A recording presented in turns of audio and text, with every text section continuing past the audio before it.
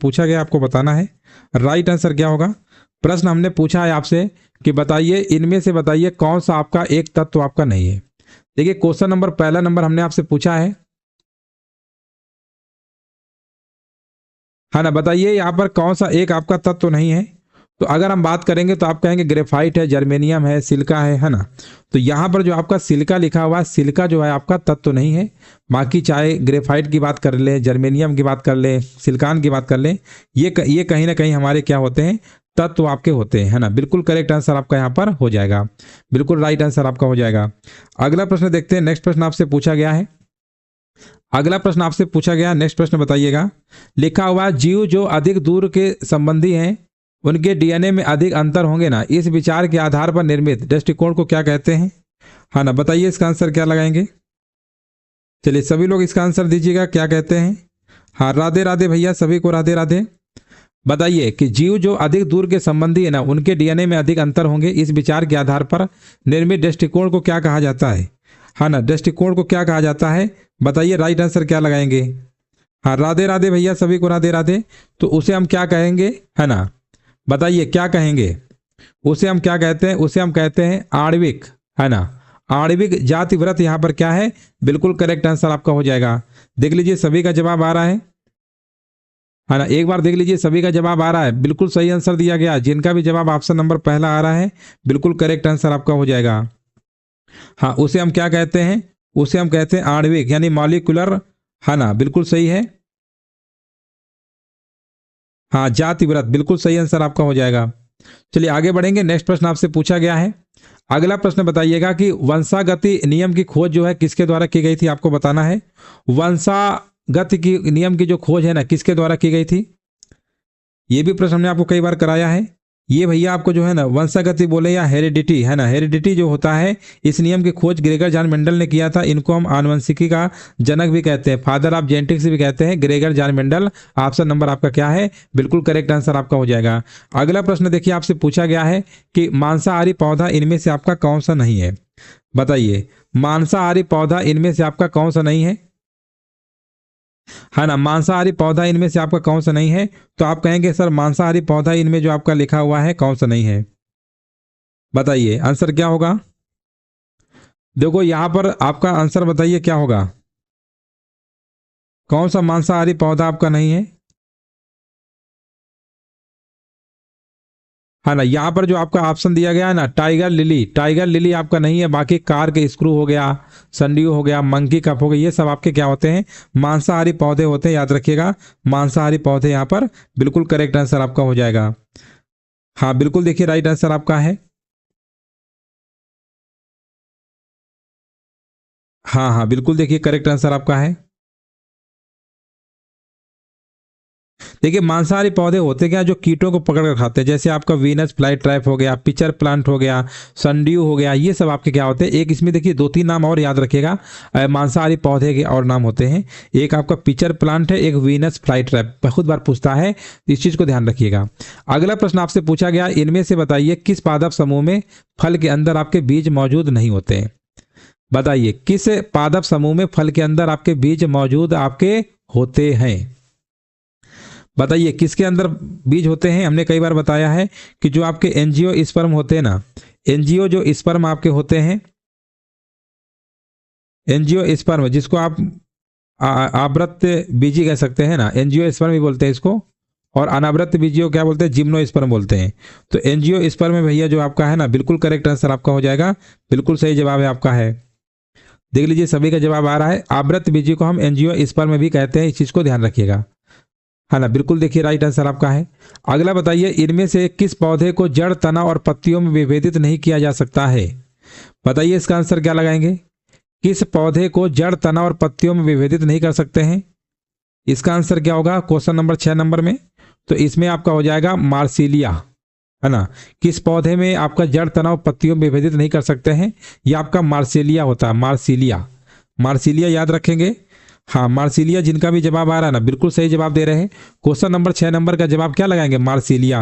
ये भी पेपर का पूछा हुआ प्रश्न है, कई बार आपका एग्जाम में पूछा जा चुका है।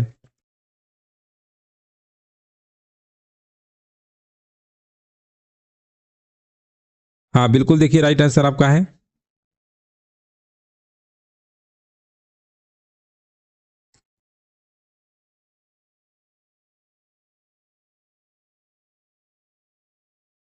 ठीक है, आगे बढ़ते हैं।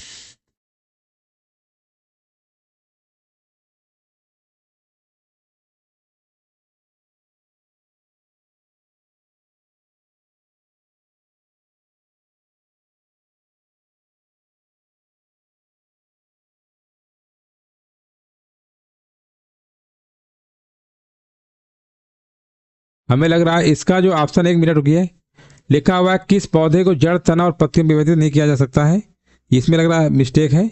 इसका आंसर स्पाइरोगायरा होना चाहिए। देखो स्पाइरोगायरा एक तरीके से शैवाल होता है ना आपका। हाँ, ये वाला आंसर होगा। कौन से विभेदित नहीं किया जा सकता, स्पाइरोगायरा लगाइए। ये थैलोफाइटा समूह संबंधित है ना, ये थैलोफाइटा समूह संबंधित है। इसका आंसर आपको लगाना पड़ेगा स्पाइरोगायरा, इसको करेक्ट कर लीजिए, है ना। स्पाइरोगायरा यहाँ पर क्या है, बिल्कुल करेक्ट आंसर आपका हो जाएगा। अगला प्रश्न बताइएगा कि इनमें से कौन सा पौधा आपका थैलोफाइटा नहीं है। 7 नंबर बताइए, इनमें से कौन सा पौधा आपका थैलोफाइटा नहीं है। तो थैलोफाइटा की बात करेंगे। देखो ऐसे प्रश्न आपके एग्जाम में आ रहे हैं जो प्लांट से रिलेटेड है ना, बहुत प्रश्न आपके आ रहे हैं पेपर में, भर भर के आ रहे हैं, तो इनको एक बार अच्छे से पढ़ लीजिए। फ्यूनेरिया बोला गया, कौन सा पौधा आपका थैलोफाइटा नहीं है, आंसर क्या लगाएंगे, फ्यूनेरिया। फ्यूनेरिया यहाँ पर क्या है, बिल्कुल करेक्ट आंसर आपका हो जाएगा। सर मेरा सही था, चलिए बहुत अच्छी बात है। अगला प्रश्न आपसे पूछा गया, नेक्स्ट प्रश्न बताइएगा कि जीवों का वर्गीकरण कौन सा स्तर, कुल और जाति के बीच आता है। अभी देखो इसके पहले जो क्लास कराए थे ना, उसमें प्रश्न आपका आया था कि नहीं आया था, बताइए। आया था ना, आपका वंश के बारे में बताया था। क्या बताया था, वंश यहाँ पर बताया था, जो कि बिल्कुल करेक्ट आंसर आपका हो जाएगा। अभी जस्ट इसके पहले हमने कराया था। अगला प्रश्न बताइए कि शरीर में जो आपका है ना विल्ली, जिसे आप विल्ली या विलाई जो भी पढ़िए, ये कहां पर पाया जाता है, आपको बताना है। इसका राइट आंसर क्या होगा। चलिए सभी लोग आंसर दीजिएगा। क्वेश्चन नंबर आपका है 9 नंबर। 9 नंबर का बताइए आंसर क्या होगा। विल्ली या विलाई, विलाई स्पेलिंग क्या होती है, VI, है ना, DLLI, विलाई या विल्ली जो भी पढ़िए, ये आपका दोस्तों छोटी आंत में पाया जाता है। छोटी आंत देख लीजिए, सभी का जवाब आ रहा है। अच्छा, ये आंत जो होती है ना, आहार नाल का सबसे बड़ा भाग भी होता है। छोटी आंत भले ही उसका नाम हो, लेकिन सबसे बड़ा इसको माना जाता है। अगला प्रश्न आपसे पूछा गया है, अमाशय यानी पेट होता है ना। पित्तरस भैया कहां से निकलता है, लीवर से निकलता है, लीवर पित्ताशय में जमा होता है। अगला बताइए, किसी पौधे का कौन सा भाग जो पौधों की जड़ों से पौधों के शेष भागों में जल का परिवहन करता है ना। 10 नंबर बताइए आंसर क्या होगा।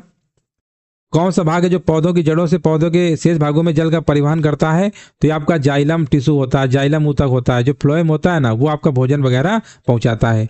अगला बताइए, इनमें से कौन सा कशेरुकी वर्ग का नहीं है। देखिए एक कशेरुकी होता है, एक अकशेरुकी होता है।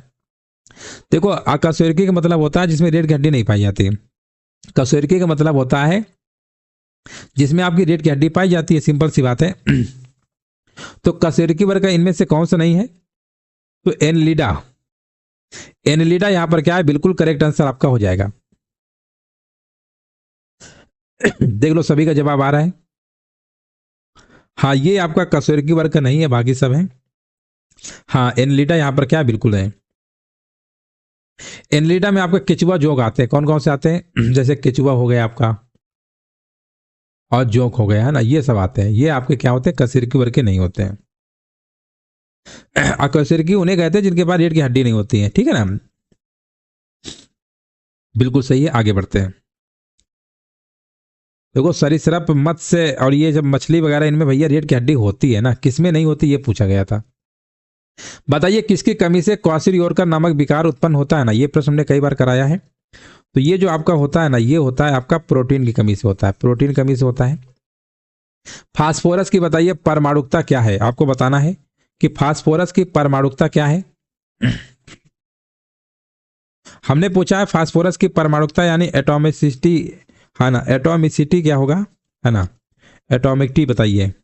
परमाणुकता कितनी होती है दोस्तों, चतुष्परमाणुक होता है ना, टेट्रा एटॉमिक होता है ना। इसका मतलब यहाँ पर P4 लिखते हैं, फास्फोरस में क्या लिखते हैं, P4 लिखते हैं।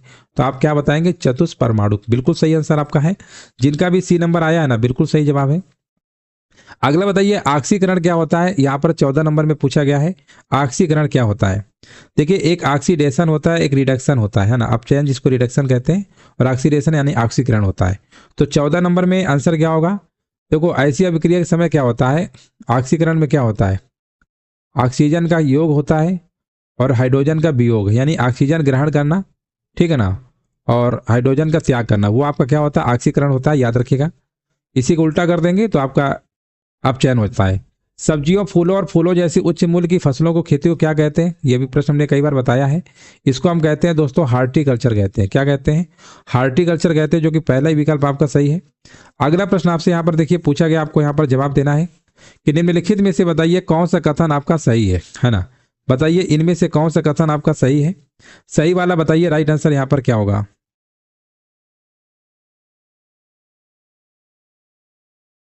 हमने यहाँ पर पूछा है कौन सा कथन सही है, तो आप कहेंगे सर CO2 जो आपका है ग्रीन हाउस प्रभाव के लिए जिम्मेदार है ना, पहला विकल्प लिखा हुआ है।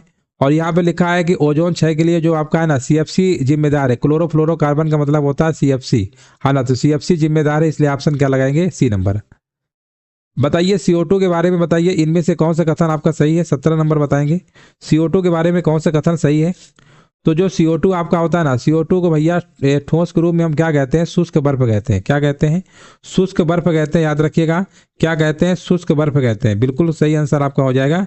इसे हम क्या कहते हैं, शुष्क बर्फ कहते हैं, है ना, बिल्कुल करेक्ट आंसर आपका है, शुष्क बर्फ कहते हैं, जो कि बिल्कुल करेक्ट आंसर आपका हो जाएगा। अगला बताइए कि दुर्बल अम्ल जो है और उसके लवण के विलयन को हम क्या कहते हैं। 18 नंबर बताइएगा कि दुर्बल अम्ल और उसके लवण के विलयन को हम क्या कहते हैं।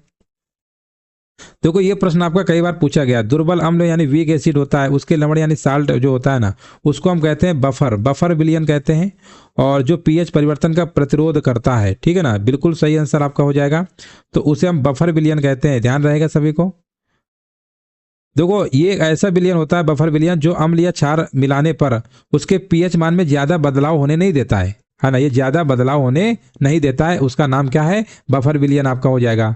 अगला बताइए यदि किसी लेंस की फोकस दूरी 25 सेंटीमीटर है तो लेंस की क्षमता क्या होगी। तो देखिए लेंस की क्षमता और फोकस दूरी में एक संबंध होता है, P बराबर 1/f होता है। दोस्तों याद रखना ये मीटर में होता है, किस में होता है, मीटर में होता है। अगर हम आपसे कहें कि सेंटीमीटर में लिखो तो आप सेंटीमीटर में क्या बताओगे, 100/f सेंटीमीटर। तो दोनों फार्मूले याद रखो, सेंटीमीटर के रेस्पेक्ट में 100/f लिखेंगे, क्योंकि क्वेश्चन में मोस्टली आपकी फोकस दूरी सेंटीमीटर में दिया होता है, तो इसलिए ये वाला फार्मूला लगाओगे जल्दी आंसर आपका आ जाएगा।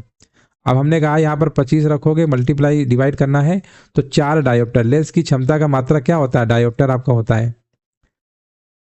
बताइए इनमें से आपको बताना है कौन सा लाभकारी कीट नहीं है, 20 नंबर बताइए आंसर क्या होगा, कौन सा लाभकारी कीट नहीं है ना, आपको बताना है। तो इसमें आपको जो दीमक होता है ना, दीमक, ये लाभकारी कीट नहीं है, ये नुकसान ही कराता है, बाकी ये सब क्या है, ये सब आपके लाभकारी कीट आपके होते हैं, बिल्कुल सही आंसर आपका हो जाएगा। अगला प्रश्न आपसे पूछा गया है, आपको बताना है कि पक्सिनिया ग्रैमिनस लिखा है कवक से होता है। देखिए आज के जो प्रश्न हमने लिए हैं ना, ये बहुत मतलब बार बार पूछे जा रहे हैं पेपर में, वही लिए थे, तो इनको एक बार अच्छे से पढ़ लीजिएगा, जिनका भी एग्जाम लगा हुआ है काफी इससे फायदा आपको मिलेगा। तो बताइए आंसर क्या होगा, पक्सिनिया जो ग्रैमिनिस जो कवक होता है ना, ये कहाँ से मतलब लिखा होता है, ये किसमें होता है रोग, तो जो आपने देखा होगा ना गेहूं में एक ब्लैक रस्ट हो जाता है, इसे काला रतुआ रोग कहते हैं ना, ये गेहूं की फसल के लिए गंभीर बीमारी है, इसे तना रतुआ रोग भी कहते हैं, क्योंकि ये पौधे के जो तन पत्तियां इन दानों को क्या करता है, प्रभावित करता है, इससे भारी नुकसान होता है, तो इसलिए आंसर क्या लगाएंगे, 21 नंबर में क्या लगाएंगे, गेहूं में ब्लैक रस्ट वाला। अच्छा आपने देखा होगा गन्ने में लाल सड़न होती है ना, तो ये एक कवक के द्वारा होता है, उसका नाम है कोलेटोट्राइकम फाल्केटस, है ना, गन्ने में लाल सड़न होती है आपकी। और मनुष्यों में अगर हम दांत की बात करते हैं ना, तो ये आपका एक दाद नामक रोग होता है, जो भी फंगस से ये भी फैलता है, ये हाँ ये भी फंगस से ही होता है। और एक आलू में एक आपको लिखा हुआ है लेट ब्लाइट रोग है, ये फाइटोथोरा इन्फेंटास एक कवक होता है ना, उसके द्वारा होता है। बताइए समुद्री शैवाल का अभिलाक्षणिक रंग लवकों में मौजूद वर्णों पर निर्भर करता है ना, इनमें से कौन सा वर्णक शैवाल के हरे रंग का कारण है। देखिए शैवाल के हरे रंग का कारण पूछा गया है, तो आप कहेंगे सर क्लोरोफिल, पत्तियों में देखिए क्लोरोफिल पाया जाता है ना, तभी तो आप कहते हैं सर पत्तियों का रंग कैसा होता है, पत्तियों का रंग हरा होता है, उसमें पर्णहरिम उपस्थित रहता है ना, बिल्कुल देखिए आपकी बात सही है, बिल्कुल करेक्ट आंसर आपका हो जाएगा ना, बिल्कुल सही बात है आपका। अगला प्रश्न देखिए आपसे पूछा गया, आपको बताना है, आंसर दीजिएगा कि जीव जंतु प्रायः सुरक्षा के लिए अपने रंग रूप को अपने परिवेश के अनुसार बदल लेते हैं ना, इनमें से कौन ऐसा करता है, इनमें कौन करता है, तो ये करता है भैया गिरगिट। आपने एक कहावत सुनी होगी ना, गिरगिट के तरीके आप रंग बदल रहे हो, गिरगिट के तरीके रंग बदल रहे हो, इसका मतलब यही होता है, ठीक है ना। तो इस प्रश्न को आप आराम से जवाब दे सकते हैं। अनुप्रस्थ तरंगे क्या होती है, देखो अनुप्रस्थ तरंगे होती हैं, एक आपकी होती है अनुदैर्ध्य तरंगे। तो इसमें देखो बहुत एक चीज अच्छी हम आपको बताने जा रहे हैं, जो ट्रिक है आपको, जब अनुप्रस्थ तरंगों की हम बात करेंगे ना, तो प्रा लगा है, तो ये प्रकाश तरंगे होती है। कैसी होती है? प्रकाश तरंगे होती है। प्रकाश तरंगों के लिए माध्यम की जरूरत नहीं पड़ती है। अच्छा, अनुदैर्ध्य तरंगों की जब हम बात करते हैं, अनुदैर्ध्य की बात करते हैं, तो इसमें धार लगा है, तो ये आपकी ध्वनि तरंगे होती है। और ध्वनि तरंगे बिना माध्यम के चली नहीं सकती है ना। तो 24 नंबर में आंसर क्या लगाएंगे? इन तरंगों में माध्यम के कण संचलन दिशा के लंबवत, हाँ लंबवत कंपन करते हैं, बिल्कुल सही। जो लंबवत कंपन करते हैं उनको माध्यम की जरूरत नहीं पड़ती है, और इनमें जब समानांतर दिशा में जब कंपन करते हैं वो अनुदैर्ध्य तरंगे होती है। ये जो लिखा है ना, ये परिभाषा इन्होंने अनुदैर्ध्य की लिख रखी है, ठीक है ना, ये अनुदैर्ध्य की लिख रखी है। अगला प्रश्न बताइएगा कि रक्तचाप, लार श्रवण और उल्टी सहित सभी अनैच्छिक क्रियाएं किसके द्वारा नियंत्रित होती हैं? 25 नंबर बताइएगा आंसर क्या होगा? तो ये आपका होता है मेड्यूला। किसके द्वारा होता है दोस्तों? मेड्यूला। यहां पर क्या है? बिल्कुल करेक्ट आंसर आपका हो जाएगा।